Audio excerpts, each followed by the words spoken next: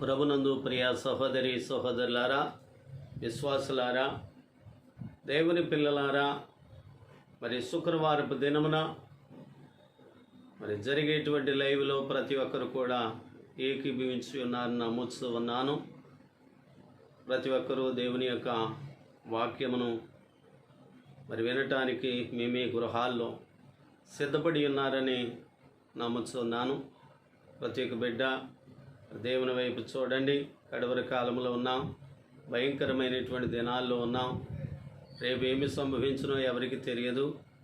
ప్రతి ఒక్క గుమ్మము మరి కిటికీల గుండా మాడము తొంగి చూస్తూ ఉన్నదని వ్రాయబడిన రీతిగా భయంకరమైనటువంటి ఆ యొక్క మరి దినాలలో ఉన్నాం కనుక ఈ సమయంలో ప్రతి ఒక్కరూ ప్రార్థన ద్వారా వాక్యము, దేవుని సందులు, సరైనటువంటి సిద్ధపాటు, హృదయాన్ని సిద్ధపరచుకున్నట విషయాలన్నీ అవసరమని సమయంలో నేను మీ అందరికీ మనవి చేస్తూ, అందరూ బాగున్నారా? మరి జాగ్రత్తగా ఉండండి. అవసరమైతేనే బయటికి వెళ్ళండి, లేకపోతే వెళ్ళవద్దు. గృహాల యొద్దే ఉండండి. ఎక్కువ ప్రార్థన చేసుకునండి. అందరి కొరకు, మీ కొరకు, మీ కుటుంబం కొరకు, అందరి కొరకు ప్రార్థించండి. దేవుని యొక్క వాక్యమును చదవండి, ధ్యానించండి, వాక్య ప్రకారంగా ప్రవర్తించండి. ఏవైతే లోట్లు ఉన్నాయో ఆ లోట్లన్నీ కూడా తీసివేసుకునటానికి ప్రతి ఒక్కరూ ప్రయత్నం చేయండి. దేవుని యొక్క వాక్యాన్ని చదువుకొని ప్రార్థన చేసుకొని వాక్య ధ్యానంలోనికి వెళదాం. అందరూ కూడా కళ్ళు మూసుకొని మనం నిదానం కలిగి నాతో కలిసి చెప్పండి. తండ్రికిని, కుమారునికిని, పరిశుద్ధాత్మకును ఆదియందు, ఇప్పుడు, ఎప్పుడు, ఎల్లప్పుడు, యుగాయుగములు యందుండునట్లు మహిమ, మహామహిమ, ఘనత, కీర్తి, ప్రభావములు ఆయనకి కలుగును గాక. ఆమేన్. సైన్యములకు అధిపతి యెహోవా పరిశుద్ధుడు, పరిశుద్ధుడు, పరిశుద్ధుడు. సర్వలోకము ఆయన మహిమతో నిండి ఉన్నది. సైన్యములకు అధిపతి యెహోవా పరిశుద్ధుడు, పరిశుద్ధుడు, పరిశుద్ధుడు. సర్వలోకము ఆయన మహిమతో నిండి ఉన్నది. సైన్యములకు అధిపతి యెహోవా పరిశుద్ధుడు, పరిశుద్ధుడు, పరిశుద్ధుడు. సర్వలోకము ఆయన మహిమతో నిండి ఉన్నది. స్తోత్రము, స్తోత్రము, స్తోత్రములు. కృపాసత్య సంపన్నుడు అయిన మా ప్రియ పరలోకపు తండ్రి, మీ ప్రస్తుతమైన శ్రేష్టమైన ఉన్నతమైన ఘననామాన్ని బట్టి వందనాలు, స్తోత్రములు, స్తుతులనైనా. మీ కృప, మీ దయా, మీ ప్రేమ, మీ కరుకుని బట్టి గతకాలం అంతా మీరు కాచి కాపాడి సజ్జమైనటువంటి ఆరోగ్య రేఖల చాటును భద్రపరచుకొని నేటి కాలం శుక్రవారపు దినమున ఈ రీతిగా మీ పాదం మీద మా తండ్రి కోడి ప్రార్థించుకునటానికి, శుక్రవారం పగట ఆరాధన జరిగించుకునటానికి కృపను అనుగ్రహించిన సర్వాధికారి స్తోత్రములు. మరి మా ప్రభువ, మా తండ్రి నాయన, మరి యొక్క లాక్డౌన్ బట్టి అయ్యా మరి ఆరాధనలు మా ప్రభువ స్వస్థ కూటములు ఆపివేసి ఉండగా లైవ్ ద్వారా ఈ రీతిగా మేమందరూ కలుసుకొని మీ పాదం మీద అందించడానికి ఇచ్చిన ఈ యొక్క అమూల్యమైన సమయాన్ని బట్టి స్తోత్రాలు. ఎక్కడైతే ఇద్దరు ముగ్గురు కూడి నా నామం మధ్యలో నేను నాన్న వాగ్దానం చేసిన పరమ తండ్రి, తండ్రిగా కుమారుడు పరిశుద్ధాత్మ రేఖతులు మీరును, తండ్రి గారు జనకులు దేవదాస గారి ఆత్మ సంచారులు, పరిశుద్ధ దైవదూతలే పటాలమును ఉంచి కార్యక్రమం ప్రారంభం నుండి ముగింపు వరకు మీ ఆత్మ నడిపించండి. ఆది నుంచి అంతిమ అధ్యక్షులు నడిపించి మహిమా ఘనత, కీర్తి, ప్రభావాలు పొందండి. మాట్లాడేవారు మీరు కాదు, నేను సెలవిచ్చండి. ఆత్మకి ఏక మాటలు అవసరం లేదు. మీరు మాట్లాడి కడవరకు మేము జరిగించి మీరే మహిమా ఘనత, కీర్తి, ప్రభావాలు పొందమని యేసునామమున అడిగి వేడుకొనిచున్నాను పరమ తండ్రి. ఆమేన్. దేవునికి స్తోత్రం. హల్లెలూయా. దేవా తండ్రి మీకో దేనా స్తోత్రాలు. దేవా తండ్రి మీకో దేనా స్తోత్రాలు. నవేలాపమో విల్నా నాదాసం స్తోత్రాలు. నవేలాపమో విల్నా నాదాసం స్తోత్రాలు. అపవిత్రాత్మల దర్శన మాపేయన్నావో ఎప్పుడైనా అవేనా కేసేరానియావో చెడ్డ ఆత్మల మాటల్ చెవిని బడనియావో గడ్డో పలుకులా నోళ్ళో గట్టియనావో దేవా తండ్రి మీకు దిన స్తుతులు నవేలాపమో విల్నా నాథా సంస్తుతులు. దేవునికి స్తోత్రం. హల్లెలూయా.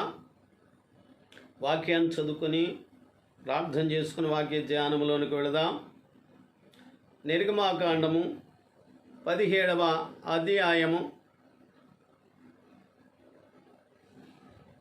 మొదటి నుంచి చదువుదాం. తరువాత ఇశ్రాయేళ్ల సర్వ సమాజము యెహోవా మాట చొప్పున తమ ప్రయాణములలో సీను అరణ్యము నుండి ప్రయాణమైపోయి రెఫీదీములో దిగిరి. ప్రజలు తనకు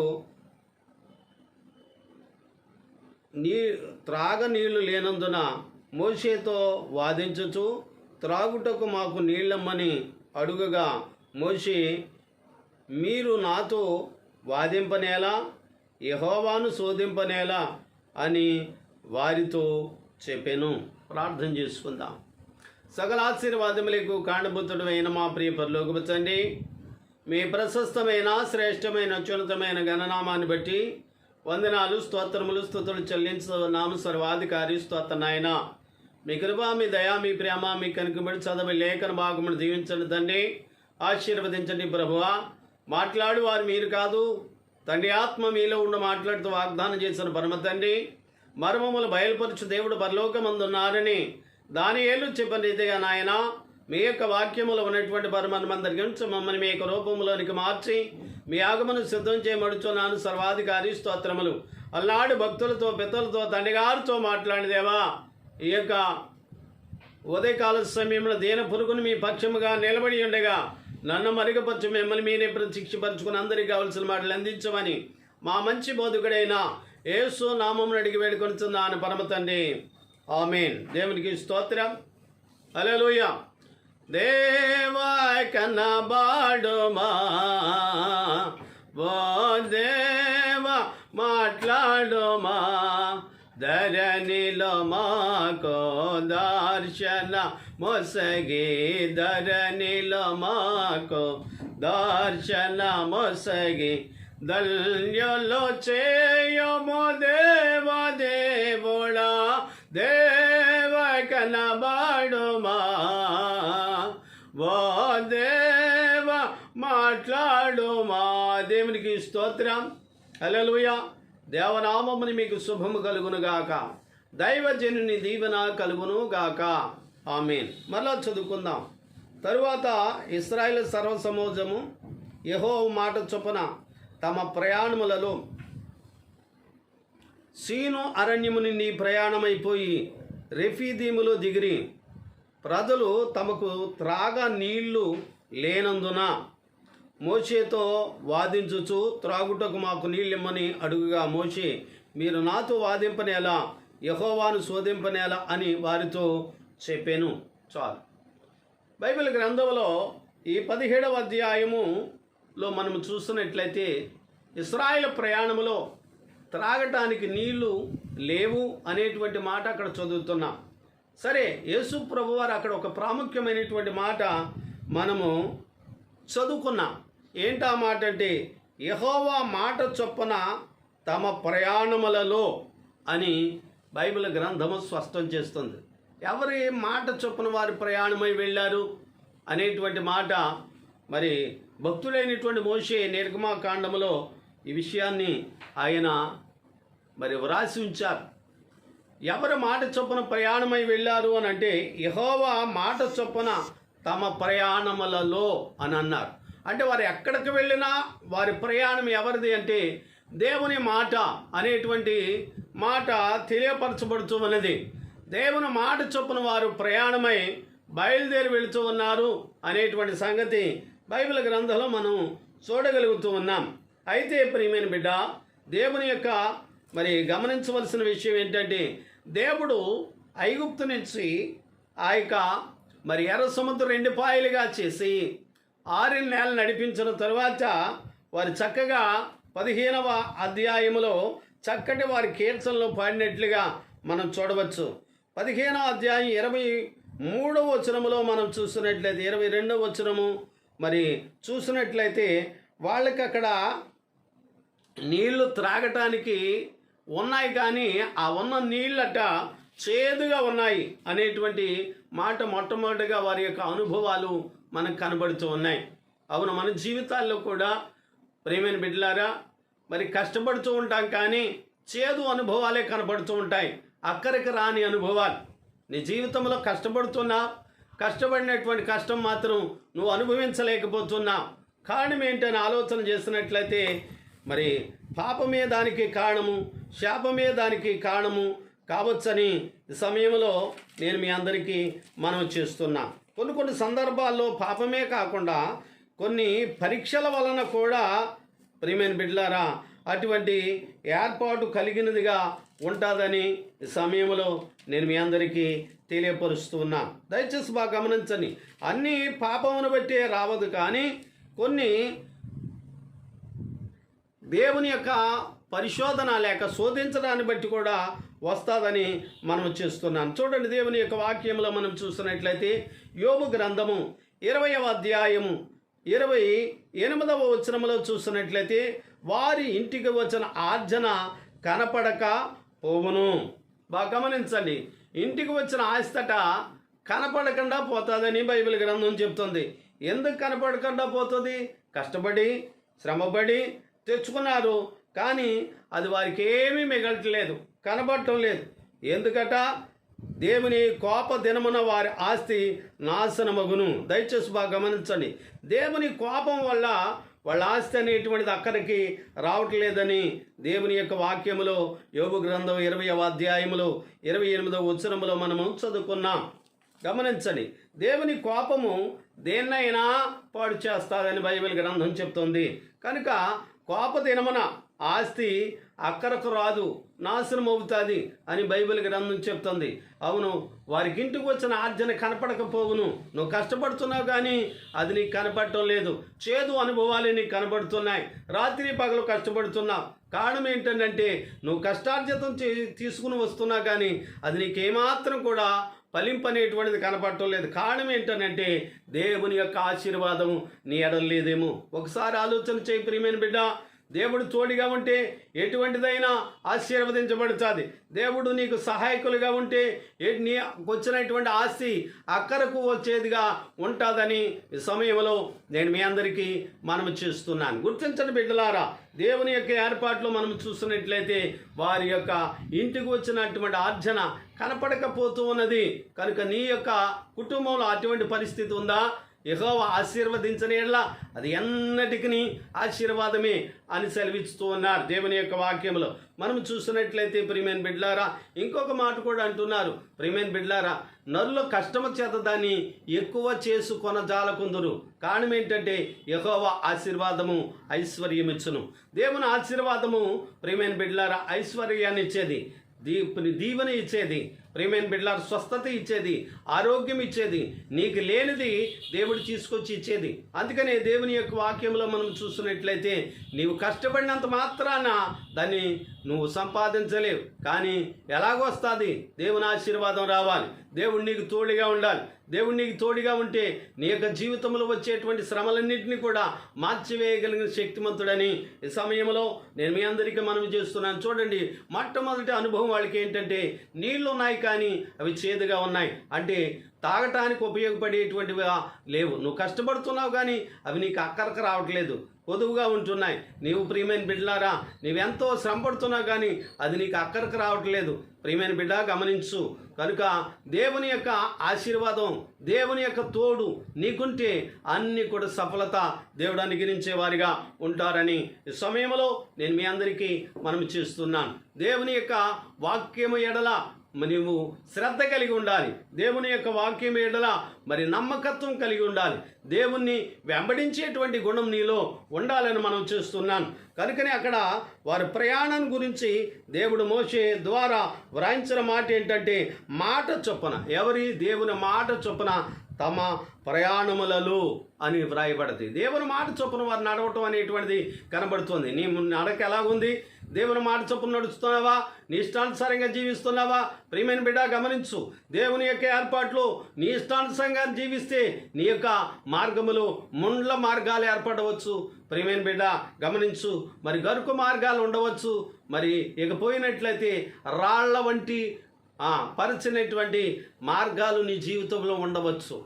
వాటన్నిటినీ ప్రియమైన బిడ్డలారా, రాళ్ళు పరిచినటువంటి స్థలమును ఆయన నడిచి వెళ్ళారు. గబ్బాతు అనేటువంటిది ప్రియమైన బిడ్డలారా అనబడేటువంటి గబ్బత అనబడేటువంటిది ప్రియమైన బిడ్డలారా అనగా మరి గమనించవలసిన రాళ్ళు పరిచిన ప్రదేశముగా ఆయన నడిచి వెళ్ళారు. ఎందుకంటే నీ మార్గము సుగమ్యముగా ఉండాలని, నీ మార్గము మంచిగా ఉండాలని, నీ నడక బాగుంటే నీ మార్గం చాలా బాగుంటుంది.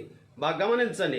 కనుక ఇశ్రాయేలు అక్కడ తాగటానికి నీళ్లు ఉన్నాయి, కానీ తాగేటువంటి అవకాశం లేదు. నీ జీవితంలో నువ్వు కష్టపడి తెచ్చుకుంటున్నావు, అది నీకు అనుభవంలోకి రావటం లేదు. కారణం ఏంటి తెలుసా? దేవుని యొక్క కృప నీకు తోడుగా లేదేమో. ఇశ్రాయేల్ ప్రయాణమై వచ్చి వారికి ఒక పరీక్ష పెట్టారు. ఏంటంటే నీళ్లు ఉన్నాయి కానీ తాగే అవకాశం లేదు. కానీ అక్కడ మోషే దగ్గరికి వచ్చినప్పుడు ఆయన ఒక మాట చెప్పారు. దేవుణ్ణి అడిగినప్పుడు ఒక మొక్కను అందులో వేయమన్నారు. ఆ నీళ్లు నీళ్లు మధురమా అయిపోయినాయి. గమనించండి. మేము వెళ్ళాం, అమ్మగారు మేము అక్కడికి వెళ్ళి ఆ ప్రదేశాలు చూసి, ప్రియమైన బిడ్డలారా అక్కడ ఒక మరి 2 బావులు కట్టి ఉన్నాయి. ఆ బావులు చూసాం. ప్రియమైన బిడ్డలారా గమనించవలసిన విషయం ఏంటి? ఆ ప్రదేశం అంతా కూడా తేమతో నింపబడి ఉన్నది. ఒక తవ్వితే బోళ్ళ నీళ్ళు వచ్చేటువంటి పరిస్థితిగా అక్కడ ఉన్నాయి. ఎందుకంటే ఇంకా మేము అంతకు ముందు కానీ ఆ తదుపరి కానీ మేము చూసిన ప్రదేశాల్లో మరి నీళ్ళు అనేటువంటివి లేవు. కానీ అక్కడ మాత్రం ఎక్కువ నీళ్ళు అనేటువంటిది మేము అక్కడ చూస్తూ ఉన్నాం. గమనించండి. దేవుని యొక్క ప్రయాణంలో యేసు ప్రభువారు దేవాది దేవుడైనటువంటి తండ్రి యెహోవా వారికి ఏది కావాలో ఎరిగిన వారై ఉన్నారు. కానీ ఇచ్చేటప్పుడు ఆయన ఎవరో గుర్తించి తెలుసుకొని అనుభవించాలని అటువంటి పరీక్ష వారికి పెట్టారు. ఆ నీళ్లు మంచిగానే ఉంచవచ్చు కదా, వాళ్ళకి దాహం వేస్తుంది, దాహం వేసినప్పుడు వెంటనే గబగబా తాగొచ్చు కదా అని అంటే, నువ్వు ఏది తినినా ఏది తాగినా దేవుని మహిమార్థమై తినేవారిగా తాగేవారిగా ఉండాలని దేవుడు వారికి నేర్పిస్తూ ఉన్నారు. నీ జీవితంలో కూడా నువ్వు తినేదైనా నువ్వు త్రాగేదైనా నువ్వు జీవించే విధానమైన దేవుని మహిమ కొరకు జీవించాలని, దేవుని మహిమ కొరకు ప్రియమైన బిడ్డలారా నువ్వు తినాలని, నీవు పానీయం చేసినా అది దేవుని మహిమార్థమై ఉండాలని దేవుడు ఆ ఇశ్రాయేల్ ప్రజలకు నేర్పించినటువంటి అనుభవాలే నేటి కాలంలో ఉన్న క్రైస్తవ సంఘానికి కూడా ఆయన నేర్పించేటువంటి వారిగా ఉన్నారని సమయంలో నేను మీ అందరికీ మనం చేస్తున్నా. ఇశ్రాయేలుకు ఎందుకు అటువంటి విషమ పరీక్షలు పెట్టారు అని అంటే మనము తెలుసుకొనటానికి. అవి గ్రంథంలో ఎందుకు రాయించారంటే వాళ్ళు ఎలాగున్నారు, మనం ఎలాగుండాలి అని మనం తెలుసుకుంటానికి దేవుడు ఆ గ్రంథంలో వారి యొక్క అనుభవాలు మనందరికీ కండ్లకు కట్టినట్లుగా మనం చూసినట్లుగా ఆ యొక్క వాక్యాన్ని ప్రియమైన బిడ్డ హృదయపూర్వకంగా అంగీకరించి వారి అనుభవాలు తెలుసుకొని మనం ఎలాగున జీవించాలో నేర్చుకునేటువంటి వారిగా ఉండాలని దేవుడు ఇటువంటి ఆ యొక్క ప్రియమైన బిడ్డలారా వారు పడినటువంటి కష్టాలైన శ్రమలైనా మనకు చూపించే వారిగా కండ్లకు కట్టినట్లుగా వాక్యం ద్వారా గ్రహించే వారిగా ఉండాలని ప్రభు కోరుకుంటూ ఉన్నారు. కనుకనే ఆ యొక్క ఎప్పుడైతే ఆ మొక్క వేయబడదో ఆ నీళ్ళన్నీ మార్పు చెంది మధురమైనవి. ఆ మొక్క ఎవరు, ఆ చెట్టు ఎవరు అని ఆలోచన చేసినట్లయితే ప్రియమైన బిడ్డలారా జీవము కలిగినటువంటి యేసుక్రీస్తు ప్రభుల వారిగా మనము మరి చూడవచ్చు. దేవునికి స్తోత్రం. హల్లెలూయా. దయచేసి బాగా గమనించండి. దేవుడు ఈ యొక్క చెట్టు అనుభవాలు మరి ఒకటి మనం చూస్తున్నట్లయితే ఎలీషా తన యొక్క శిష్యులు అందరూ కలిసి అయ్యా ఈ చోటు చాటలేదు కనుక మరి ఇంకో చోట మేము గుడారం వేసుకోవాలని ఆలోచన చేసినట్లయితే రాజుల గ్రంథములు మనం చూసినట్లయితే ఆ మాట ప్రకారంగా వాళ్ళు కొమ్మను కొట్టడానికి, ఆ చెట్లు కొమ్మలను నరుక్కోవటానికి, ఆ యొక్క గుడారం కుటీరం కట్టుకోవటానికి బయలుదేరి వెళ్తున్నప్పుడు ఆ యొక్క మరి గమనించవలసిన విషయం ఏంటంటే, గొడ్డలు ఎరువు తెచ్చుకున్నారు. కొడుతూ ఉండగా, కొమ్మను నరుకుతూ ఉండగా మరి వెంటనే ఆ నీటిలో, ఆ ఏటిలో పడిపోయినప్పుడు ఆ దైవజనుడు అంటే ఎలీషా తోటి అడిగినప్పుడు వెంటనే ఎలీషా గారు ఒక మాట చెప్పారు, చిన్న కొమ్మను నరికి అక్కడ వేయండి, ఎక్కడ పడ్డది అక్కడ వేయండి అన్నారు. ఎప్పుడైతే కొమ్మను తీసుకొచ్చి వచ్చినప్పుడు ఎలీషా గారు ప్రార్థన చేసి అక్కడ వేశారో వెంటనే ఆ యొక్క కొమ్మ మునిగినది. ప్రియమైన బిడ్డ, ఆ యొక్క గొడ్డలు తేలింది. అవును, కారణాలు ఏంటని ఆలోచన చేస్తే మన కోసమై ఆయన శ్రమను అనుభవించారు, బాధను అనుభవించారు. మనల్ని లేపడానికై, మనము పడిపోయినటువంటి జీవితాలు, పడిపోయినటువంటి బ్రతుకులను తిరిగి లేపటానికి యేసు ప్రభువారు మరణించారు, మనకు జీవాన్ని ఇచ్చారు. అవునా, కొమ్మ ములిగింది, బరువైనటువంటి ఆ యొక్క మరి గొడ్డలి తేలింది. ఇనుము తేలే అవకాశం ఉందా అని అంటే అవును. పాపము కలిగినటువంటి మన బ్రతుకులు, శాపము కలిగినటువంటి మన బ్రతుకులు ఆయన విడిపించడానికి ఆ పాప భారము, శిక్ష భారము యావత్తూ కూడా ఆయన వేసుకొని ఈ లోకంలో ప్రియమైన బిడ్డలారు శ్రమను అనుభవించారు, ప్రాణం పెట్టారు యేసు ప్రభువారు. అందుకనే మనము బ్రతకటానికి, మనం జీవించటానికి ఆయన చనిపోయిన వారిగా ముంగుర్తుగా మనకు కనబడుతుంది. ఆయన ప్రియమైన బిడ్డలారా, ఈ మధురమైనటువంటి ఆ చేదు నీరును మనం చూసినట్లయితే, చేదు బ్రతుకులు, చేదు జీవితాలు కలిగినటువంటి మన బ్రతుకులలో మధురమైనటువంటి బ్రతుకులు ఇవ్వటానికి దేవుడు ఇష్టపడి ప్రియమైన బిడ్డలారా మనందరినీ కూడా మరి సజీవులుగా ఉంచటానికి దేవుని యొక్క సన్నిధిలో ప్రియమైన బిడ్డలారా యథార్థవంతులుగా ఉండాలని, నీతిమంతులుగా ఉండాలని, భక్తిపరులుగా మనం ఉండాలని దేవుడు మన కోసం ఆయన ప్రియమైన బిడ్డలారా ఆహుతైనట్లుగా మనం చూడవచ్చు. ఆ నీటిలో ఆయన కలిసిపోయారు. ప్రియమైన బిడ్డలారా మధురత మనకిచ్చారు. అవును, ఈ లోకంలో ఆయన పాపము కొరకు ప్రియమైన బిడ్డలారా ప్రాణం పెట్టి తిరిగి మనలను బ్రతికించారు. అవును, చేదు బ్రతుకులను మధురమైనటువంటి బ్రతులుగా మార్చడానికి సుప్రభువారు ఆ నీటిలో మునిగినటువంటి వారిగా, ఆ నీటిలో కలిసిపోయినటువంటి వారిగా, కలిసి ఆ నీళ్లను మధురముగా చేసినట్లుగా, అవును యేసు ప్రభువాన్ని ఎవరైతే సంపూర్ణంగా అంగీకరిస్తారో, హృదయంలో చేర్చుకుంటారో వారి యొక్క బ్రతుకులు మధురముగా మారిపోతాయని, మధురాతి మధురముగా వారు మాట అయినా, ప్రవర్తన అయినా, జీవితమైనా ఉంటుందని ఆ నీరుని బట్టి మనం పోల్చవచ్చు. ప్రియమైన బిడ్డలారా, ఆ నీరు మధురముగా మారింది. నీ మాటలు మధురముగా ఉన్నాయా? నీ మాటలు ప్రియమైన బిడ్డ ఎదటివారిని బాధ పెట్టే విధంగా ఉన్నాయా? ఆలోచన చేయండి. ఆ నీరు త్రాగినటువంటి వారు తెప్పరిల్లినట్లుగా మనం చూడవచ్చు. దేవునికి స్తోత్రం, హల్లెలూయా. నీ జీవితంలో ప్రియమైన బిడ్డ నువ్వు ఏ రీతిగా ఉంటున్నావు ఆలోచన చేయండి. మారా అనుభవము నీ జీవితంలో ఉందా? చూడండి, నయమి బయలుదేరి వెళ్ళింది. ప్రియమైన బిడ్డలారా మోయాబు దేశం ప్రాంతం వెళ్ళింది. అక్కడికి వెళ్ళిన తర్వాత భర్తను పోగొట్టుకుంది, బిడ్డలను పోగొట్టుకుంది. తిరిగి ప్రియమైన బిడ్డలారా మరి కోడళ్ళు ఇద్దరు ఉన్నారు, వారు కూడా విధవరాండ్రయ్యారు, ఈమె కూడా విధవరాండ్రయ్యారు. కోడలతో అంటుంది, మీరు వెళ్ళి మీరు ఒక పురుషుని పెళ్లి చేసుకోండి, పెళ్లి చేసుకొని మీ తల్లిదండ్రులతో ఆ పురుషులతో మరి సంతోషంగా గడపండి, నా దేశం నేను వెళ్ళిపోతున్నాను అని అన్నప్పుడు వార్ప వచ్చి ముద్దు పెట్టుకుని వెళ్ళిపోయింది. ప్రియమైన బిళ్ళ రూతు మాత్రం అంటుంది, నువ్వెక్కడ ఉంటావు అక్కడే, నీవు ఎక్కడ జీవిస్తావు అక్కడ, నీ దేవుడే నా దేవుడు, నన్ను వేరు చేసేది మరణం తప్ప వేరేది కాదు అని ఒక తీర్మానంతో బయలుదేరి వచ్చింది. దేవునికి స్తోత్రం.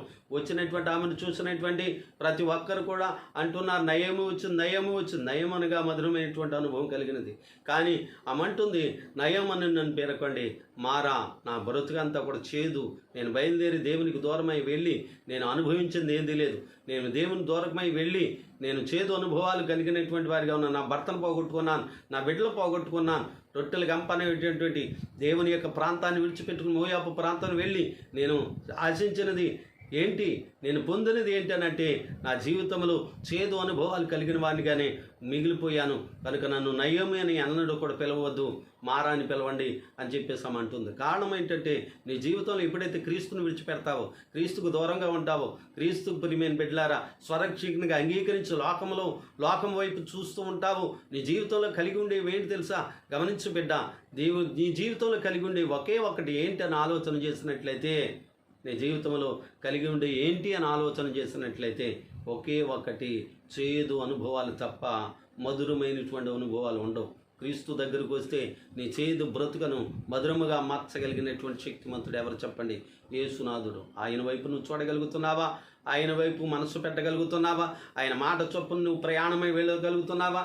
నీవు దేవుని దగ్గరకు వచ్చావు, దేవునితో ఉంటానని ఇష్టపడి వచ్చావు, ప్రియమైన బిడ్డ, దేవునితో నేను నడుస్తానని చెప్పేసి నువ్వు వచ్చావు, కానీ దేవుని యొక్క మరి అడుగుజాల్లో నువ్వు నడవగలుగుతున్నావా? దేవుని మాట చొప్పున నువ్వు జీవించగలుగుతున్నావా? దేవుని ఇష్టానుసారమైనటువంటి బ్రతుకు నీ దగ్గర ఉందా లేదా ఆలోచన చేయి. కనుక ఇష్టానుసారమైనటువంటి జీవితం జీవిస్తే శ్రమ తప్ప, చేదు అనుభవాలు తప్ప, మార అనుభవాలు తప్ప మధురమైన అనుభవాలు నీ జీవితంలో ఉండవని ఈ సమయంలో నేను మీ అందరికీ మనవి చేస్తున్నా. మధురమైన అనుభవాలు కలిగిన వారిగా ఉండాలని ఈ మాటలు మీ అందరికీ తెలియపరుస్తూ ఉన్నా. నీ జీవితము ఎంత దూరంగా వెళ్ళిపోయావో దేవునికి దగ్గరగా రావడానికి ఇష్టపడు. ఆ యొక్క మరి రొట్టెల గంప అనబడేటువంటి ఆ యొక్క మరి యెరూషలేమును విడిచిపెట్టి యెరికోకు వెళ్ళినటువంటి వ్యక్తి ఏ రీతిగా మరి శ్రమలు తెచ్చుకున్నాడు, అలాగే దేవుని యొక్క ఏర్పాటు ప్రాంతాన్ని విడిచిపెట్టుకున్న మోయాబు ప్రాంతం వెళ్ళినటువంటి నయోమి కూడా ఎలాంటి పరిస్థితి తెచ్చుకున్నదో మనము వాక్యము ద్వారా వింటూ ఉన్నాం, గ్రహిస్తూ ఉన్నాం. మరి నీ జీవితంలో క్రీస్తుకు దగ్గరగా ఉన్నావా? క్రీస్తు ప్రకారంగా నువ్వు జీవించడానికి ఇష్టపడుతున్నావా? లేక నీ జీవితంలో ఆ చేదు అనుభవాలు కలిగి జీవిస్తున్నావా? యేసుప్రభు వారు అంటున్నారు, 2 చేతులు చాపి రండి, నీ చేదు బ్రతుకులను మధురంగా మారుస్తానని మాట్లాడుతూ ఉన్నారు. ఎప్పుడైతే ఆ మొక్క అందులో కలిసినదో ఆ నీరు మధురమైపోయినాయి. నీ బ్రతుకులో కూడా మధురత, నీ బ్రతుకులో మాట అయిన ప్రవర్తన అయిన జీవితమైన సమస్తం కూడా మధురముగా మార్చబడాలంటే నువ్వు చేయవలసింది ఏంటి తెలుసా?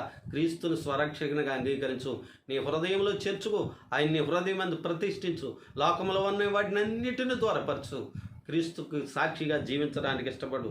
నీ జీవితంలో మధురమైనటువంటి అనుభూతులు కలిగినటువంటి వారిగా ఉంటారని సమయంలో నేను మీకు మనవి చేస్తున్నా. మారా అనుభవంలో వారి జీవితంలో ఎన్నేక శ్రమలు, ప్రియమైన బిడ్డలారా, నీళ్లు గురించి వాళ్ళు ఎన్నో బాధలు పడ్డారు, కానీ ఆ నీటిని మధురంగా మార్చి వారిని సంతోషపరిచారు. అప్పుడు నిజమైన దేవుణ్ణి కలిగిన వారిగా మేము ఉన్నామని నమ్మకం కలిగి వారు నడవలసిన పరిస్థితి ఉంది. ఎందుకు ఆ శ్రమను పెట్టారు, ఎందుకు ఆ విడుదల ఇచ్చారు అని అంటే, నీవు శ్రమ వచ్చినా దేవునికి నమ్మకస్తులుగా జీవిస్తావని దేవుడు ఆ శ్రమల్లో ఆయన తోడుగా ఉండటానికి ఇష్టపడుతున్నారు. ఎందుకంటే ఆ మాట చొప్పున ప్రయాణమై బయలుదేరి వెళ్తున్నటువంటి వారు, ప్రియమైన బిడ్డలారా, మరి ఆ కావలసినటువంటి వాటిని ఎవరా? దేవునికి స్తోత్రం, హల్లెలూయా. చాలామంది జీవితాల్లో దేవుని మీద ఆనుకుని ఆధారపడి, ప్రియమైన బిడ్డలారా, జీవించే వారిగా చాలామంది తక్కువగా ఉంటారు. దేవుని సేవకులైనటువంటి వారు కూడా సంపూర్ణంగా దేవుని మీద ఆధారపడి ఆయనే నన్ను పోషించేవాడు, ఆయనే నన్ను రక్షించేవాడని చేతులు వారి వైపు వీరి వైపు చాపగా ఎప్పుడు దేవుని వైపు చూచేటువంటి వారిగా ఉంటే, ప్రియమైన బిడ్డలారా, దేవుని ఆశీర్వాదాన్ని సంపూర్ణంగా పొందుతారు. ఎందుకంటే దేవుని మాట చొప్పున నువ్వు సేవ చేస్తున్నావు, దేవుని మాట ప్రకారం నువ్వు జీవించడానికి ఇష్టపడుతున్నావు, దేవుని యొక్క మాట ప్రకారం అనేకులను మార్చడానికి ఇష్టపడి వచ్చావు. కానీ నువ్వు చేస్తున్న సేవను చూసిన దేవుడు నీకు గుప్పులు విప్పి ఇవ్వరా? ఆలోచన చేయండి. నిన్ను పోషించరా? ప్రియమైన బిడ్డలారా, చూడండి, ఏమి తిందుమా, ఏమి త్రాగుదాం, ఏమి ధరించుదుగా అని వస్త్రం గురించి అయినను మరి తినే ఆహారం గురించి అని చింతపడవద్దు అని దేవుడు చెప్తున్నారు. ప్రియమైన బిడ్డలారా, వాటి కోసం చింతపడుతున్నారు. కనుక గమనించు, నిన్ను పిలిచినటువంటి పిలుపు నిజమైన పిలుపు అయితే, నీవే ప్రియమైన బిడ్డలారా, ఒకవేళ నీవే తీర్మానం చేసుకుని సేవ చేస్తానని ఒక తీర్మానం చేసుకుని ఉంటే, అది నిజమైన తీర్మానం అయి ఉంటే దేవుడు నిన్ను పోషించే వారిగా ఉంటారు. సంపూర్ణంగా ఆయన మీద ఆధారపడు ప్రియమైన బిడ్డ. గమనించు, దేవుడు పోషించగలిగిన శక్తిమంతుడు.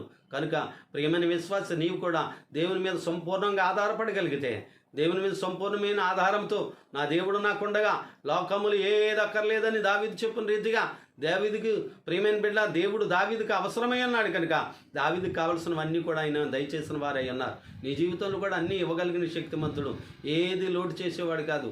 కనుక ఆయన మాట ప్రకారం నువ్వు జీవించడానికి ఇష్టపడు, ఆయన చిత్తం చొప్పున నడవటానికి ఇష్టపడు.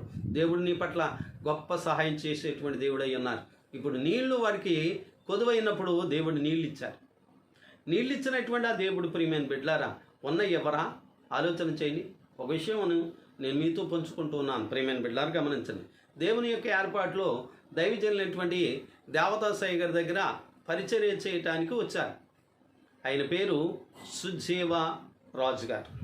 ఆయన ఎలాంటి వారు అనేటువంటి మాటను కొన్ని విషయాలు చెప్తాను. కనుక ఈ పాఠము అయితే చెప్తాను, లేకపోతే వచ్చే శుక్రవారం ఉన్న భాగాన్ని నేను తెలియపరుస్తాను. గమనించండి, దేవుని యొక్క ఏర్పాటులో సుజీవరాజు గారు ఎలాంటి వారు అని అంటే, నాస్తికుడు. ఆయన ఎట్టి పరిస్థితుల్లో కూడా దేవుని అంగీకరించి దేవుడు లేడు అనేటువంటి వారు. అటువంటి పరిస్థితుల్లో ప్రియమైన బిడ్డలారా, అతడు మరి దేవుని యొక్క ఏర్పాటు కలిగినటువంటి పత్రికలై తీసుకుని వస్తున్నాడని చెప్పి ఆ పోస్ట్ మాస్టర్ గారిని కొట్టేసి ఒకసారి సైకిల్ కూడా గోదాట్లో పడేసినటువంటి ఆయన. అటువంటి భయంకరమైనటువంటి వ్యక్తి సుజీవరాజు గారు. అటువంటి ఆయన మరి దగ్గరికి ఒక అమ్మ స్త్రీ వచ్చారు. స్త్రీ వచ్చి యేసు ప్రభువారి పత్రిక చదవమని చెప్పి ఇచ్చారు. దేవునికి స్తోత్రం. దైవ సన్నిధి అనేటువంటి పత్రిక ప్రియమైన బిడ్డలారా పట్టుకొచ్చి ఇచ్చారు. ఇచ్చినప్పుడు అది దేవదాసయ్య గారు ఆ రోజుల్లో ప్రియమైన బిడ్డలారా ఆ యొక్క మరి పత్రిక పంపించేవారట. ఆ పత్రిక చదవటానికి ఆ ఊళ్ళో ఎవరో చదువుకున్నవారు లేరు, ఆయనే చదువుకున్న ఆయన. పట్టుకుని వెళ్తే ఆయన తిట్టాడట, ఎలాంటివి పట్టుకుని రాకు, నా దగ్గరికి వచ్చావా చంపేస్తానన్నాడు. సరే వెళ్ళిపోయింది. మరలా ఒకసారి వెళ్ళింది, మరలా మన్నాడు వెళ్ళింది. వెళితే మరలా తిట్టి పంపించారు. తర్వాత మళ్ళీ 2 రోజులు పోయిన తర్వాత మళ్ళీ వెళ్ళింది. అయ్యా ఈ ఊళ్ళో ఎవరు చదివేవారు లేరండి, మీరు తప్ప చదివేవారు ఎవరు కూడా లేరు, ఒకసారి అందులో ఏమున్నాయో చదవండి బాబు అని చెప్పేసి అన్నారట. సరే వృద్ధురాలు కనుక ఎన్నిసార్లు వచ్చావు కనుక ఒకసారి చదివి వినిపిస్తాను, ఇక ఎప్పుడు కూడా నువ్వు ఈ పత్రిక పట్టుకుని నా దగ్గర రావద్దు సుమా, వచ్చావో చంపేస్తాను అన్నట్టు. సరే చదవండి బాబయ్య, మరి ఏం చదువుతారో చదవండి అని చెప్పేసి అన్నప్పుడు ఆ యొక్క పత్రికలో ఉన్నటువంటి మొట్టమొదటి మాట ఏంటంటే, ఏ మతమును కానీ ఏ వ్యక్తిని కానీ ఏ మనిషిని కానీ దూషింపరాదు, ద్వేషింపరాదు, తెలియని సంగతులు దేవునిని అడిగి తెలుసుకోవాలి. ఇది మూలవాక్యం, మూలమాట, ప్రాముఖ్యమైనటువంటి ప్రధానమైనటువంటి మాట. బైబిల్ మిషన్ను స్థాపించిన దైవజనుల దేవదాసయ్య గారు ఇచ్చినది, అలాగనే ఆయన మీతో చెప్పినది, అది మూలవాక్యమే. కానీ ఈ మాట చదివిన తర్వాత అక్కడ ఉన్న పత్రిక అంతా కూడా చదివి ఆ వృద్ధురాలికి వినిపించిన తర్వాత ఆయనకు ఒక ఆకర్షణ కలిగింది ఆ మాటలో. ఏంటి ఆ మాట అంటే, ఏ మతమని కానీ ఏ వ్యక్తిని కానీ ఏ మనిషిని కానీ ద్వేషింపకూడదు, దూషింపరాదు, తెలియని సంగతులు దేవుని అడిగి తెలుసుకోవాలి.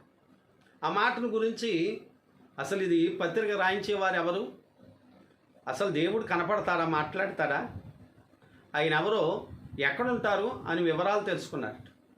వివరాలు తెలుసుకొని ఆయన గుంటూరులో ఉంటారు, ఆయన కాకానిలో ఉంటారు, గుంటూరులో ఉంటారు అని చెప్పేసి బేతేల్ హౌస్ దగ్గర ఉంటారు అని చెప్పేసి చెప్పడంతో ప్రియమైన బిడ్డలారా బయలుదేరి అడ్రస్ తెలుసుకొని ఆయన ఎవరో చూడాలి, ఆయన గురించి తెలుసుకోవాలని బయలుదేరి వెళ్ళాడు. కానీ వెళ్ళొచ్చేద్దాం అనుకున్నాడు, బట్టలేం తెచ్చుకోలేదు. ప్రియమైన బిడ్డలారా రోజు వచ్చి ఆ గేట్ కాడికి వచ్చి చూచి వెళ్ళిపోతూ ఉన్నాడు. బట్టలు మార్చిపోయింది, తెచ్చుకున్న డబ్బులు కూడా అయిపోయిన తర్వాత అలాగే మంచినీళ్ళు త్రాగుతూ రోజు వచ్చి లోపలికి వెళ్ళే అవకాశం లేదు, గేట్ వేసి చూస్తున్నారు. అప్పుడు 4వ రోజు వచ్చింది. ఆ 4వ రోజు వచ్చినప్పుడు బట్టలు అవే ఉతుక్కుని అవే వేసుకుంటూ అతడు సాగుతూ ఉన్నాడు. అక్కడికి బయలుదేరి రైల్వే స్టేషన్లో పడుకుంటూ ఉన్నాడు, మళ్ళీ వస్తున్నాడు. ఇది ఆయన చేసే పని. అప్పుడు దేవదాసయ్య గారి గేట్ కాడ ఉన్నటువంటి కాపలాదారుతోటి వాచ్మెన్తో అన్నాడట, 3 రోజులుగా, ఇది 4వ రోజు, 4 రోజుల నుంచి గేట్ కాడికి వచ్చి ఒక అబ్బాయి వెళ్ళిపోతూ ఉన్నాడు, ఆ అబ్బాయిని ఒకసారి లోపలికి రమ్మనండి అని చెప్పేసి అన్నారట. అక్కడ ఉన్నటువంటి దైవజనులు వెళ్ళి ఆ వాచ్మెన్తో చెప్పి అతను లోపల పంపించండి అని తీసుకుని వెళ్ళిన తర్వాత జరిగిన సంభవం ఏంటని ఆలోచన చేస్తే మరి అయ్యగారి దగ్గరికి వెళ్ళి చేతులు కట్టుకుని నుంచున్న తర్వాత అబ్బాయి నువ్వు ఎందుకు వచ్చావు అని చెప్పేసి అన్నాడు. అయ్యా మిమ్మల్ని చూడటానికి వచ్చాను అని అన్నాడు. చూసావు కదా వెళ్ళిపో అన్నారు. చూసావు కదా వెళ్ళిపో అంటే వెళ్ళటానికి కాదండి, ఇక్కడ ఉండిపోదాం అనుకుంటున్నాను అని అన్నాడట. ఇక్కడ ఉండిపోవాలని అంటే ఒక పని చేయాలి అని అన్నారు. ఏంటి చెప్పండి, ఆ పని చేస్తాను అని అన్నారట. ఆ పని చెప్పండి చేస్తానని అంటే వెంటనే అయ్యగారు అన్నారట, నీవు పోస్ట్ మ్యాన్ కొట్టి సైకిల్ని గోదాట్లో పడేసావు కదా, ఆ గోదాట్లో ఎక్కడైతే నువ్వు పడేసావో అక్కడే సైకిల్ ఉంది, ఆ సైకిల్ తీసుకెళ్ళి ఆ పోస్ట్ మ్యాన్కి ఇచ్చి క్షమించమని అడిగి తిరిగిరా, అప్పుడు నా దగ్గర ఉంది కానీ అని అన్నారట. అప్పుడు ఆయనకి ఆశ్చర్యం కలిగింది. నేను పోస్ట్ మ్యాన్ కట్టడం ఊళ్ళో వాళ్ళకే తెలవదు, ఊళ్ళో వాళ్ళకి ఎవరికైనా చెప్పేవాడి చంపేస్తానన్నాను. ఊళ్ళో వాళ్ళకి ఎవరికీ తెలియదు నేను గోదాట్లో పడేసినటువంటి సంగతి. ఈయనకి ఎలా తెలిసింది? ఈయన మహాభక్తుడు, ఈయన దగ్గర ఏమైనా ఉండాలని చెప్పేసి ఆలోచన చేస్తూ ఆయన బయలుదేరి ప్రియమైన బిడ్డలారా వెళ్ళి గోదాట్లో ఉన్నటువంటి ఆ సైకిల్ని బయటకు తీసి ఆ పోస్ట్ మ్యాన్ గారి దగ్గర పరిగెట్టుకు వెళ్తున్నాడట. పోస్ట్ మ్యాన్ గారికి ఏం భయం వేసి మొన్న అయితే కొట్టి సైకిల్ అయ్యి పడేశాడు, ఇప్పుడు చంపేస్తాడు, ఏం చేస్తాడని పరిగెత్తుకుని వెళ్తుంటే పరిగెత్తుకుని వెళ్ళి అయ్యా నన్ను క్షమించండి, మీ సైకిల్ మీరు తీసుకోండి అని అన్నారట. అంటే అదేంటండి, మీరు నన్ను ఒకప్పుడు కొట్టాను కనుకనే నేను చేసిన పొరపాటు నాకు తెలిసిందండి అయ్యా, క్షమించండి అన్నారు. మరి అంతా మరి మార్పు మీకు ఎలాగొచ్చిందంటే ఫలానా మరి గుంటూరులో దేవదాసయ్య గారు అనేటువంటి ఆయన ఉన్నారు. ఆయన అక్కడికి వెళితే నేను మిమ్మల్ని కొట్టిన సంగతి, గోదాట్లో సైకిల్ పడేసిన సంగతి ఆయన చెప్పారు కనుక నేను ఆయన దగ్గరికి వెళ్ళిపోతున్నాను, కనుక మీ సైకిల్ మీరు తీసుకుని నన్ను క్షమించండి అని చెప్పేసి క్షమాపణ అడిగి రైలు ఎక్కి దయచేసి బయలుదేరి ఆ యొక్క దేవదాసయ్య గారి దగ్గరికి వెళ్ళిపోయారు. ఆయన వెళ్ళిపోయిన తర్వాత జరిగిన సంభవం ఏంటంటే అయ్యగారి దగ్గరికి ఆయన ఏదో పని చెప్తే ఆ పని చేస్తూ ఉన్నారు. ఒకసారి ఆయనకి విసరాలని చెప్పేసి అనిపించిందంట మనసులో. దేవదాసయ్య గారు అన్నారంట, అబ్బాయి విసురుదాం అనుకుంటున్నాడు, ఆ అబ్బాయికి ఇవ్వండి అన్నారట. ఓ నాయనో, నేను మనసులో అనుకున్నటువంటి మాట ఆయనకి తెలిసిపోతుంది అని చెప్పేసి అనుకుంటూ ఉన్నారు. అలాగా మరి సువార్తలో పత్రిక పంచడంలో బయలుదేరి వెళ్ళారు. ఒకానొక దినమున దేవదాసయ్య గారు పిలిచి ఆయన కొన్ని పత్రికలు ఇచ్చి నెత్తి మీద పెట్టి ఓ అడవి మనిషి ఇలాగ వెళ్ళిపో అని చెప్పేసి ఆయన చెప్పినప్పుడు ఆయన బయలుదేరి వెళుతూ గేట్ కాడికి వచ్చిన తర్వాత ఆయన మనసులో అనుకున్నాడట, నన్ను పత్రిక పట్టుకుని వెళ్ళిపోమని అయ్యగారు చెప్పారు, ఇలాగ వెళ్ళిపో అడవి మనిషి అని చెప్పి అన్నారు, బాగానే ఉంది, కనీసం జోబులో అసలు చిల్లిగా అవ్వకూడలేదు కనుక ఒక ₹1 ఇస్తే బాగున్ను అని చెప్పేసి మనసులో అనుకున్నాడట. ఆ గేట్ కాడ ఉన్నటువంటి వ్యక్తిని ఎప్పుడైతే గేట్ కాడికి వెళ్ళి అనుకున్నారు, గేట్ కాడి వ్యక్తికి ఇక్కడ ఉన్న దైవజనులు కేకేసి ఆ అబ్బాయిని ఎలా రమ్మని అయ్యగారు కేకేస్తున్నారు అన్నారట. అప్పుడు గబగబా వచ్చారట పరిగెత్తుకుని ఆ యొక్క మరి సుజీవరాజు గారు. బయలుదేరి వచ్చిన తర్వాత అబ్బాయి ₹10 అడుగుతున్నాడు, ఇచ్చేయండి అని చెప్పేసి అన్నారట. ఎప్పుడైతే ₹10 అడుగుతున్నాడు అనే మాట నేను మనసులో అనుకున్నది ఆయనకే తెలిసిపోతుంది, ఇక నేనేమనుకోకూడదు అని చెప్పేసి మనసులో అనుకుని బయలుదేరి వెళుతూ పత్రికలు పంచుకుంటూ వెళ్ళిపోతున్నాడట. వెళ్ళిపోతూ ఉండగా ప్రియమైన బిడ్డలారా ఒక వ్యక్తికి పత్రికలు పంచినటువంటి ఆ పత్రికలు ప్రియమైన పట్టుకుని వెళ్ళిపోయి ఇంటికాడ కూర్చొని ఉండగా హృదయం ప్రేరేపిస్తుందంట. ఆయన రోడ్డు వెంబడి పత్రికలు పెంచుకుంటూ వెళ్తున్నాడు. ఆయనకు భోజనం ఎవరు పెడతారు, భోజనం పెట్టాలి అని చెప్పేసి ఆయన మనసు కలిగి ఆయన ఎక్కడున్నాడో నిలుపుకుంటూ సైకిల్ వేసుకుని తిరిగి చివరికి పట్టుకొని ఆయన తీసుకొచ్చి భోజనం పెట్టి వెళ్ళారట. కనుక ఆయన పంపించినటువంటి మరి ఒక దైవజనుడి ద్వారా దేవుడు పంపించినటువంటి ఆయన సుజీవ రాజుగారికి ప్రియమైన బిడ్డలారా ఒక వ్యక్తి కేకేసి భోజనం పెట్టారు. అలాగే ప్రియమైన బిడ్డలారా ఆయన ఒరిస్సా వెళ్ళి బలమైనటువంటి సేవ చేశారు. అందుకనే ఒరిస్సా పులి అనేటువంటి పెద్ద పేరును ఆయన సంపాదించారు. ఆంధ్ర పులి అనేటువంటి పేరును మరి రెవరెండ్ డాక్టర్ బిషప్ మరి జానయ్య గారు ప్రియమైన బిడ్డలారా సంపాదించినటువంటి వారిగా ఉన్నారు.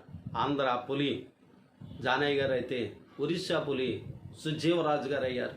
దేవుని యొక్క అడుగుజాల్లో దైవజనులు మరి దేవుని యొక్క పాస్టర్గానే పేరు ఉండిపోయింది, కానీ గొప్ప భక్తులైనటువంటి నిష్కలంక బ్రహ్మచారి, స్త్రీని కానీ పురుషుని కానీ, స్త్రీని కానీ డబ్బుని కానీ ముట్టుకోలేనటువంటి వారు, పురుషులు ఒంటును కూడా తాగి ప్రార్థన చేయకుండా ఉన్నటువంటి వారు, ఎవరికి హస్తముంచి కానీ ముట్టుకొని ప్రార్థన చేసినటువంటి దైవజనులు కాదు, దూరంగా ఉండి ప్రార్థన చేస్తేనే కార్యాలు జరిగిపోయినటువంటి వారిగా జీవించారు. అటువంటి దైవజనులు ప్రియమైన బిడ్డలారా మరి దేవదాసయ్య గారు నిష్కలంక బ్రహ్మచారి, ఆయన పంపించినటువంటి ఆ యొక్క సేవలో మరి వారికి భోజనం పెట్టిన దేవుడే వారి మాట చొప్పున నడిపిస్తూ ఉంటే వారికి మరి భోజనము నీళ్లు ఇవ్వరా?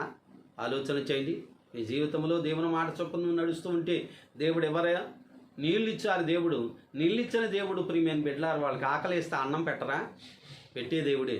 కానీ వాళ్ళు అలాగున్నా లేరు. దయచేసి బాగా గమనించండి. శోధించేటువంటి వారిగా ఉన్నారు అనేటువంటి మాటను నేను మీకు మనం చూస్తున్నాను. చూడండి, దేవుని యొక్క వాక్యంలో మనం చూస్తున్నట్లయితే ప్రియమైన బిడ్డలారా మరి వారు బయలుదేరి సీరి అరణ్యమునకు వచ్చి ఆ అరణ్యములో ఇశ్రాయేలు సమాజమంతయు మోషే అహరోనుల మీద సనిగారు. దేనికోసం సనిగారంటే చూసినట్లయితే ఇశ్రాయేలు మీ మాంసం వండుకొని కొండల యొద్ద కూర్చుండి తృప్తిగా ఆహారం తిన్నప్పుడు యెహోవా చేతి వలన ఎలా చావకపోతుమి, ఈ సర్వ సమాజమును ఆకలి చేత చంపుటకు ఈ అరణ్యంలోనికి మమ్మను అక్కడ నుండి తోడుకుని వచ్చేదరని వారితో అనగా 2-3 వచనాలు మనం చదువుకున్నాం.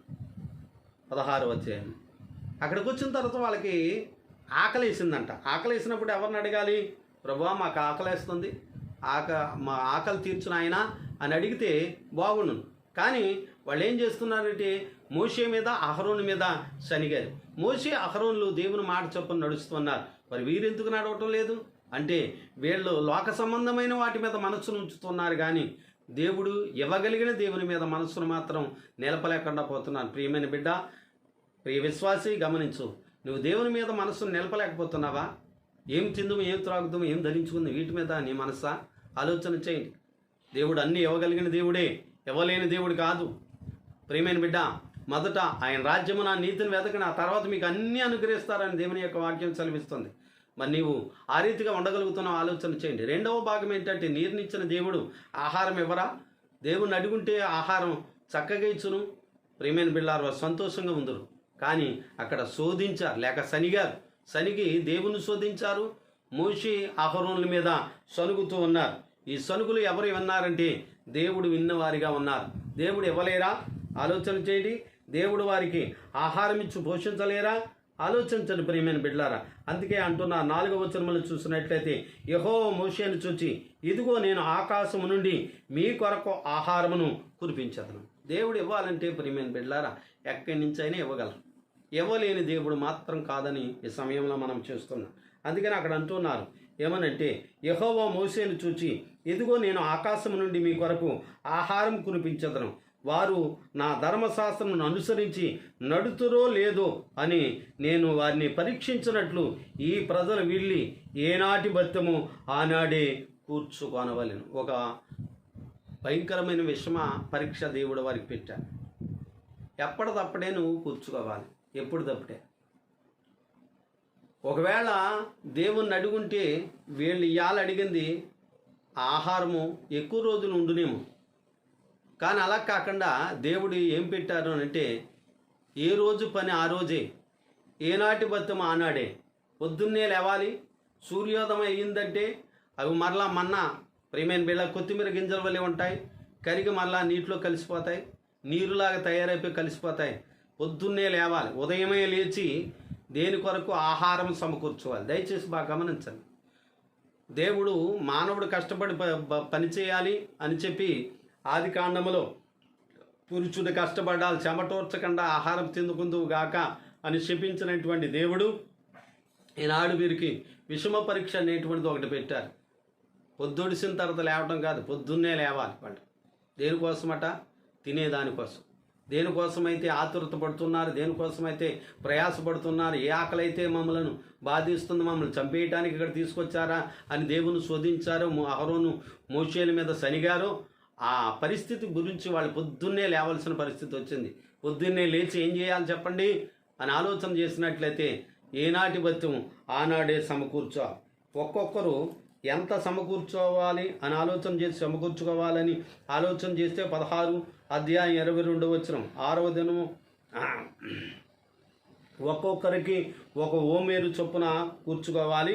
6వ దినమున అంటే 7వ దినమున వారికి మరి ఆ యొక్క మన్నా కురవదు కనుక విశ్రాంతి దినమున ఆ రోజున అనగా 6వ దినము ఏం చేయాలంటే ఒక్కొక్కరికి 2 ఓమేర్ల చొప్పున మరి ఆ యొక్క మన్నాను కూర్చుకోవాలని దేవుడు చెప్పారు. అది మాత్రం మన్నాడికి ఉంటుంది. 6వ రోజు వచ్చినది మాత్రం 7వ రోజుకు ఉంటుంది. కానీ మొదటి రోజు తీసుకుంది 2వ రోజుకి కంపు కొడుతుందని బైబిల్ గ్రంథం చెప్తుంది. కనుక చాలామంది ఎక్కువ కూర్చుకున్నారట, అది తెల్లారి కంపు కుట్టిందట, అవతల పడేశారు. కానీ గమనించండి, ఏనాటి బతుమ ఆనాడే అనేటువంటి మాట బైబిల్ గ్రంథంలో చెప్తుంది. ప్రియమైన విశ్వాసి, నీవు ఎలాగా ప్రయాసపడుతున్నా దేవుని కొరకు?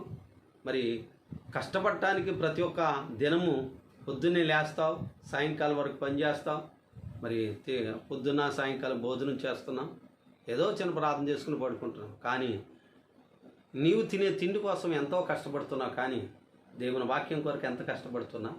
దేవుని పాదముల దగ్గర ఎంత గడపగలుగుతున్నాం ఆలోచన చేయండి. వారు ప్రయాణమై వెళ్ళింది ఎలాగునా అలా ఆలోచన చేసినట్లయితే ప్రియమైన బిడ్డలారా, యెహోవా మాట చొప్పున వారు ప్రయాణం చేశారు.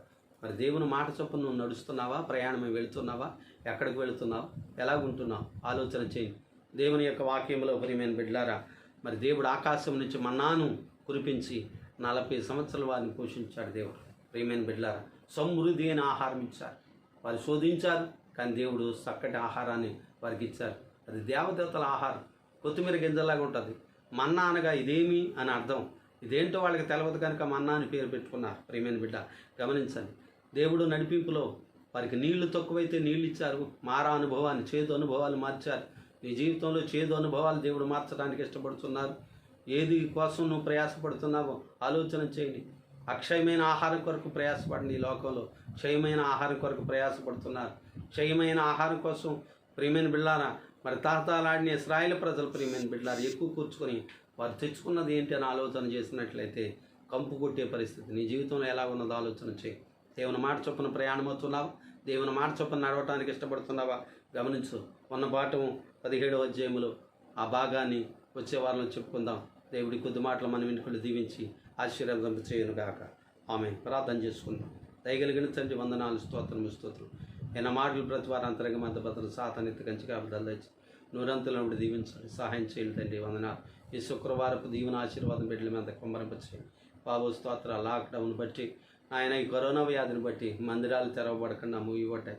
తిరిగి మరలా మందిరాలు తెరవబడటానికి అందరూ కూడా సంతోషంతో ఆనందంతో మీ పాదం మీద గడపటానికి, నీ సందులో ప్రార్థించడానికి, ఆయన మా ప్రభు నీ సందులో గడపటానికి సహాయం దయచేయండి. ఇప్పుడు నాయన గృహాల యొద్ద మా ప్రభు వేచియండి. నీ పాదం యొద్ద ఆయన మా ప్రభు నీ మాటల కోసం ఎదురు చూస్తున్న బిడ్డలు మా తండ్రి ఇంతవరకు నీ మాటలు విన్నారు. వారందరినీ ఆశీర్వదించి బలపరచండి.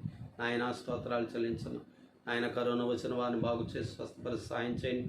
ఆయన మా ప్రభు మా తండ్రి ఇంటి గద్ద ఐసోలేషన్లో ఉన్నటువంటి వారు, హాస్పిటల్లో ఉన్న వారికి ఆరోగ్యం బలమును దయచేయండి. ఆయన మా ప్రభు క్లియర్ అయ్యి తిరిగి గృహాలు చేరు భాగ్యం దయచేయండి. మరణాలాపు చేయండి తండ్రి. మరణాలాపు చేయండి దేవా. మరణాలాపు చేయండి తండ్రి. వందనాలు చెల్లించుతున్నా. మందుల కంటే మీ ప్రభావం గొప్పది కనుక మీ ప్రభావాన్ని బిడ్డల మీద కొమ్మరపరిచేయండి. మానవుడు మా తండ్రి మీ యొక్క ఉగ్రత తట్టుకోలేరు. దావీదంత భక్తుడే ప్రియమైన ప్రభువా, మరి నాయన మరి నేను అటువంటి ఆ యొక్క శ్రమను తట్టుకోలేను అన్నట్లుగా ఆ యొక్క తెగులు వచ్చినప్పుడు కన్నీరు కార్చిన దావీదు నాయన కీర్తన గ్రంథంలో అంటున్నాడు, యెహోవా ప్రసన్నత చూడటానికి అంటున్నాడు. కానీ మీ ప్రసన్నతకు మాత్రమే మేము తగిన వారం, కానీ మీ ఉగ్రతకు భూమి మీద ఎవరు మేము కానీ ఎవరు కానీ తట్టుకోలేము బాబు. భక్తులైన వారే తట్టుకోలేకపోయారు. ఆయన శాంతించండి. ఈ కరోనా నుండి ప్రజలందరినీ విడిపించండి. ఆయన మా సంఘ బిడ్డలు గృహాల చుట్టూ కంచు, గ్రామ చుట్టూ కంచు, మండలం, జిల్లా, రాష్ట్రం, దేశం, ప్రపంచ దేశాలను ప్రజలందరినీ రక్షించండి. వ్యాక్సిన్ త్వరలో రావడానికి కొరకు అనిపించండి బాబు. వందనాలు చెల్లించండి. గాలి పరిశుద్ధి, నీటి పరిశుద్ధ, వాతావరణ పరిశుద్ధపరచండి. తినే ఆహార పదార్థాలు పరిశుద్ధపరచండి. ప్రదేశాలు పరిశుద్ధపరచండి. అందరినీ మీ కాపుదల హస్తాల చాటును భద్రపరచండి. దేవవందనాలు చెల్లించండి. అందరి పట్ల మీ కృపను అనుకరించి విన్న మాటలు విన్నటువంటి ప్రతి ఒక్కరు ఆయన ఇదిగో యూట్యూబ్ ద్వారా ఎందరైతే వింటున్నారు వారు మా తండ్రి సంఘస్థులైన ఇతర వారైనా ఇతర మిషనరీల వారినైనా దైవజనులైన అందరినీ ఆశీర్వదించండి. దేశములు ఆయన మా ప్రభు ఆయా దేశాల్లో ఉన్నటువంటి బిడ్డలు ఆయన వాక్యాన్ని మా తండ్రి వింటున్నటువంటి ప్రతి ఒక్కరిని ప్రత్యేకంగా మీ దక్షిణాసనం చాచిముట్టు స్వస్థపరచండి. వారి పట్ల మీ గొప్ప కార్యాలు జరిగించండి తండ్రి. స్తోత్ర. సంఘాన్ని బలపరచండి. మిషన్లో ఉన్న దైవజనుల సంఘాలు జ్ఞాపం చేసుకొని యూసీఏ మా తండ్రి టఫ్లో ఉన్న దైవజనుల సంఘాల కుటుంబాలు దీవించి ఆశీర్వదించండి బాబు. వందనాలు చెల్లించుతున్నాం బాబు. అలాగే మా తండ్రి ఆయా దైవజనులు ఆయన మా ప్రభు బలహీనమైనటువంటి వారిని తాకండి ముట్టండి, స్వస్థపరిచి సహాయం చేయండి బాబు. విశ్వాసులైన వారిని బలపరచండి. ఆయన లోకంలో ఉన్న వారిని మార్చండి. ఆయన అందరూ మా తండ్రి పరిపూర్ణంగా మీ వైపు చూస్తూ ప్రార్థించి బిడ్డల వాళ్ళు సిద్ధపరచండి నాయన.